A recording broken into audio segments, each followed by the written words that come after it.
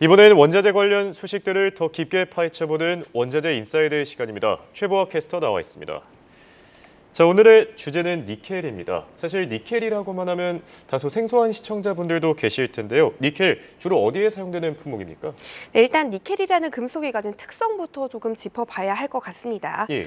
니켈은 표면이 산화되면서 생기는 막으로 인해서 녹이 잘 슬지 않는다는 특성을 가지고 있습니다. 이 때문에 금속에 필요한 다양한 산업에 좀 사용이 되는데요.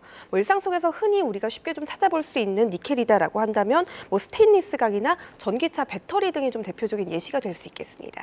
네. 그런데 오늘 니켈을 주제로 선정한 이유가 따로 있을까요? 네, 최근 니켈 가격의 하락세가 심상치 않기 때문입니다. 오늘자 기준 톤당 16,328달러 정도가 되는데요. 이렇게만 말하면 감이 잘 오지 않으실 것 같습니다. 작년 1월 1일에 기록했던 최고가죠. 33,440달러와 비교하면 절반 정도고요. 거의 10년 내 최저 부근이라고 해도 지나치지가 않습니다. 또 재작년, 그러니까 2022년 말에 25,000달러와 비교한다면 지금은 60% 조금 안 되는 수준까지 떨어진 겁니다. 네. 니켈 가격 왜 이렇게 하락하고 있는지 이유부터 짚어주시죠. 네, 최근 전기차 업황이 경기 침체 전망으로 위축되면서 전기차 배터리 업계도 위기에 좀 놓였죠. 전기차 배터리를 만드는데 필수적으로 들어가는 니켈 수요가 급감한 게 요즘 들어 니켈 가격이 꾸준히 빠지고 있는 주된 이유라고 좀 볼 수가 있겠습니다.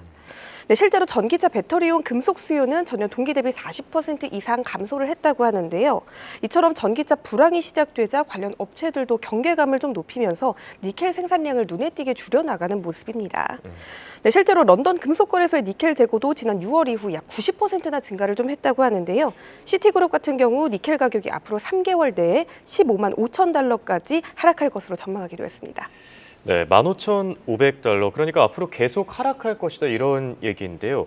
자, 금속 얘기를 할 때 사실 빼놓을 수 없는 국가 가운데 하나가 중국입니다. 니켈 가격 중국과도 영향을 관련 지을 수가 있다고요?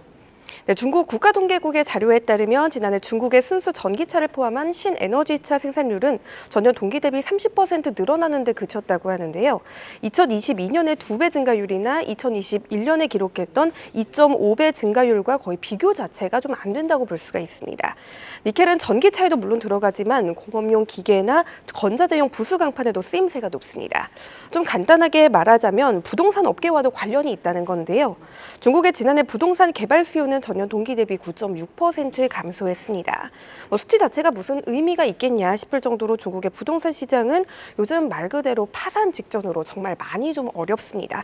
이 부동산 문제도 니켈 수요를 낮추는데 한몫을 했다고 볼 수가 있겠습니다. 네. 그리고 전기차 배터리 하면 니켈과 함께 리튬도 많이 쓰이는 걸로 알고 있는데 리튬 쪽 상황은 괜찮습니까? 네, 리튬의 상황도 사실 크게 다르지는 않습니다. 어쩌면 더하면 덜했지, 덜했다라고 볼 수는 좀 없다고 말씀을 좀 드리고 싶은데요. 예. 아까 제가 니켈 가격이 재작년 말 대비 60% 정도로 내려왔다고 말씀을 좀 드렸죠. 리튬 가격은 같은 기간 대비 무려 80%나 하락하면서 2년 8개월 내 최저치까지 낮아졌습니다.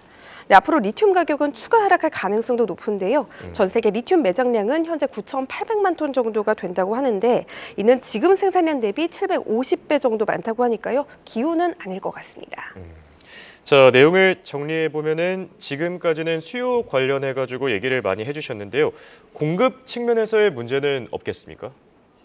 네, 지금까지는 전기차 부문의 둔화와 관련지어 살펴봤다면 이번에는 과잉 생산 그 자체에 좀 초점을 맞춰보도록 하겠습니다. 예. 바로 전 세계 니켈 공급의 50%를 담당하는 1위 니켈 생산국이죠. 인도네시아의 니켈 생산이 너무 많다는 건데요.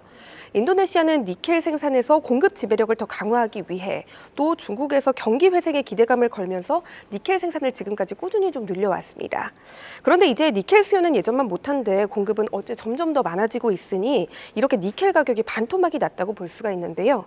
인도네시아의 니켈 생산 증대로 거의 주체할 수 없는 수준까지 다다른 니켈 시장에서 피해를 보는 건 그 이외의 국가들 또는 관련 업체들이라고 할 수가 있습니다. 네, 그렇다면 구체적인 예시들도 한번 확인해 봐야 될 것 같은데요. 네, 일단 니켈 가격이 너무 폭락하다 보니 호주의 광산 기업인 BHP 그룹도 웨스트 머스그레이브 프로젝트에 투자한 12억 달러를 상각해야 할 수 있다며 잠정 폐쇄한 상태고요. 와일로 메탈스도 지난 5월 말부터 캄발다 니켈 사업장의 생산 운영을 중단한다고 밝혔습니다. 캐나다의 퍼스트 퀀텀 미네랄 역시 서호주에 있는 레이븐스호프 니켈 생산 시설의 가동을 멈추고 인력을 3분의 1가량 감축한다고 좀 전한 바가 있죠. 세계의 최대 원자재 업체인 글렌코어도 니켈 가격의 하락 때문에 수익성 약화를 더 이상 무시할 수 없다라고 좀 말하면서 뉴칼레도니아 코암리보 니켈 광산을 매각한다고 발표했고요.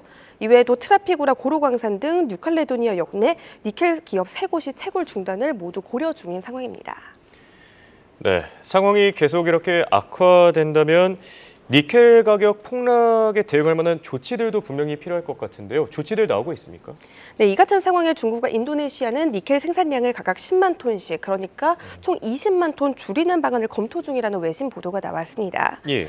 중국과 인도네시아가 고급 니켈의 대안으로 보통 활용되는 품질이 저렴한 니켈 선철, 즉 NPI를 시장에 과도하게 보급하면서 니켈 가격이 추락했다는 비판에 대응하기 위한 일종의 해결책이라고 좀 볼 수가 있겠는데요.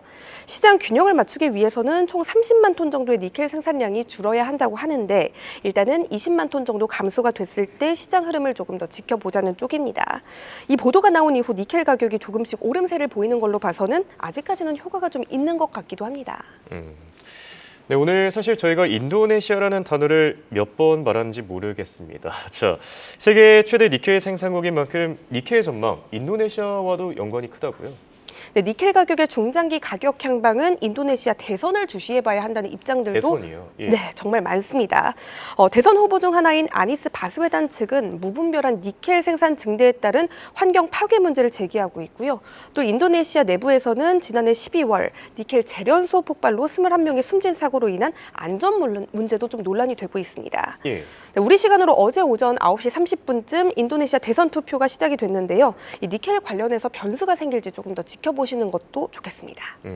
말씀하신 대로 앞으로 변수들도 많이 생길 것 같고 신규 정책들도 계속 나올 것 같은데 가장 최신자 정책이 있을까요? 네, 전기차 보급으로 인한 폐배터리 급증으로 환경오염과 자원 낭비를 사전에 대비하자라는 취지로 유럽연합의 배터리법이 오는 18일부터 본격 시행된다고 합니다. 예. 디지털 배터리 여권 도입이나 탄소 발자국 신고 의무화 등 다양한 내용들이 있지만 저희는 니켈과 리튬 관련된 내용을 좀 추려보자면 배터리 원재료 재활용 기준이 강화됩니다. 이르면 2031년부터 적용될 배터리 원재료 재활용 최소 비율을 코발트 16%, 리튬 6%, 납 85%, 그리고 니켈 6% 정도 등으로 설정을 됐는데요. 이는 2036년쯤에는 코발트 36%, 리튬 12%, 납 85%, 그리고 니켈 15% 정도로 기준이 상향된다고 합니다. 네, 이렇게 오늘은 니켈과 리튬 관련 소식들을 확인해 봤는데요. 사실 니켈 가격, 우리나라 2차 전지 관련주에도 이 상당히 영향을 많이 미치죠. 2차적인 관련주에 대한 내용도 같이 짚어주시죠.